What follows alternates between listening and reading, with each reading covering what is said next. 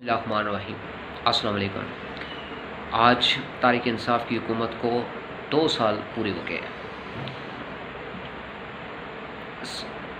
جب یہ حکومت اقتدار میں آئی تھی تو اس حکومت کو بہت سارے مسائل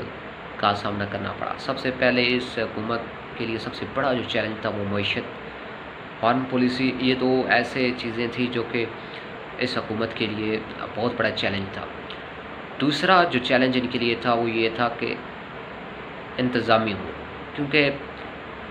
ماضی میں یہی کہا جاتا تھا کہ پاکستان کے جو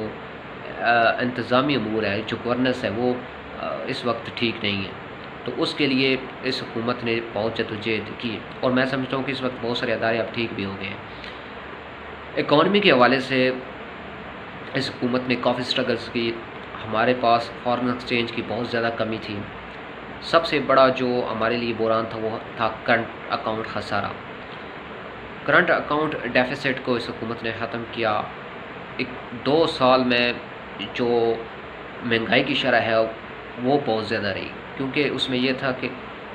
پاکستانی معیشت پہ بہت زیادہ دباؤ تھا، کیونکہ جب یہ حکومت اقتدار میں آئی تھی تو اس وقت جو فارن ریمیٹنس تھے وہ نہ ہونے کے برابر تھے۔ بعد میں بہت سارے ممالک سے ہمیں قرضہ بھی لینا پڑا، جس میں سعودی عرب شامل ہے، چائنا شامل ہے، UAE سے شامل ہے، تو انہوں نے ہماری مدد کی، لیکن پھر بھی ہماری جو معیشت ہے وہ دباؤ کا ہی شکار ہے۔ لیکن اس کے بعد ہمیں مجبوراً انٹرنیشنل مانیٹرنگ فنڈ کا جو ایک ادارہ ہے اس کے پاس، جسے ہم IMF کہتے ہیں، اس کے پاس جانا پڑا۔ اس سے ایک معاہدہ ہوا، اس کے بعد جو ہے ملک کے اندر تھوڑی بہت جو اکانومی کی اسٹیبلٹی ہے۔ دوسری جو ہمارے لیے ایک چیلنج تھا وہ تھا فارن پالیسی، کیونکہ ماضی میں فارن پالیسی کے وجہ سے ہمیں کافی جو ہے پریشر رہا، خاص طور پہ جو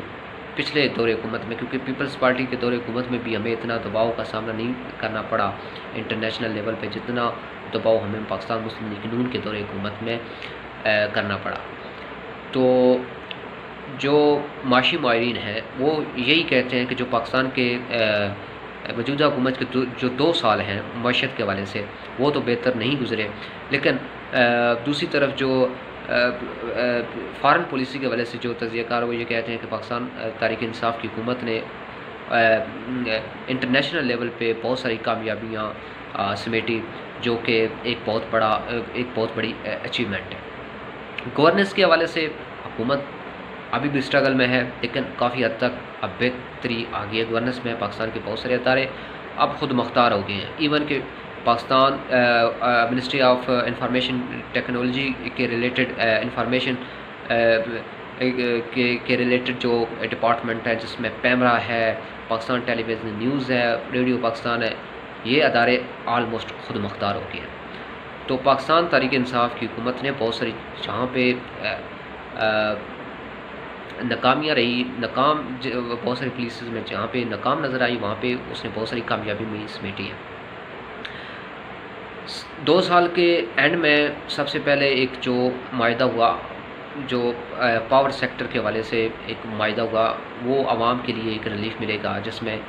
عوام کو بجلی سستی ملنے کا امکان ہے۔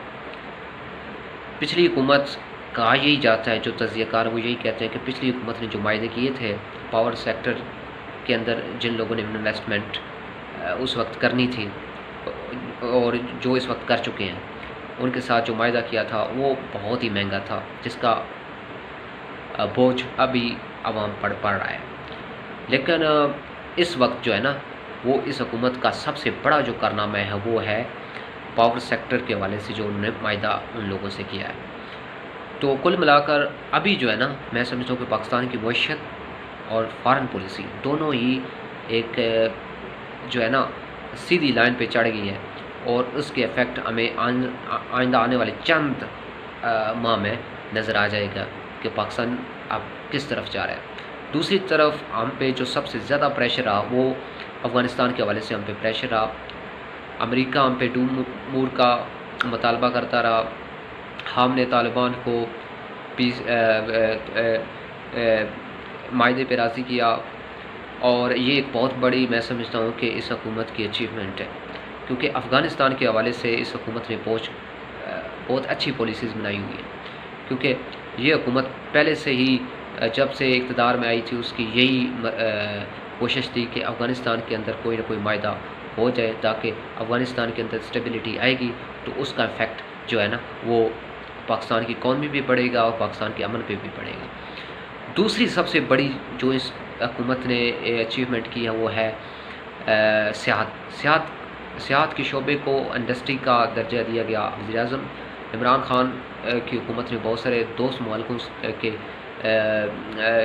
حکومتوں سے بھی تجربات سے سیکھنے کے لیے کوششیں شروع کریں، خاص طور پہ انہوں نے ملیشیا کے دورے کیے، چائنا کے دورے کیے، تو ہمارا جو سیاحتی شعبہ ہے وہ گرو کر رہا ہے، سیاحت کی جو انڈسٹری ہے وہ گرو کر رہی ہے۔ کووڈ-19 کی وجہ سے سیاحت کی انڈسٹری پہ کافی افیکٹ پڑا، لیکن الحمدللہ اب سیاحت کا شعبہ چلے گا اور پاکستانی معیشت گرو کرے گی، اور پاکستان میں بہت ساری وہ کیا کہتے ہیں سیاحت کی انڈسٹری میں سکوپ ہے، اور پاکستانی سیاحت کی انڈسٹری گرو کر سکتی ہے، اور ہم سیاحت کی انڈسٹری سے اپنی معیشت کو سہارا دے سکتے ہیں۔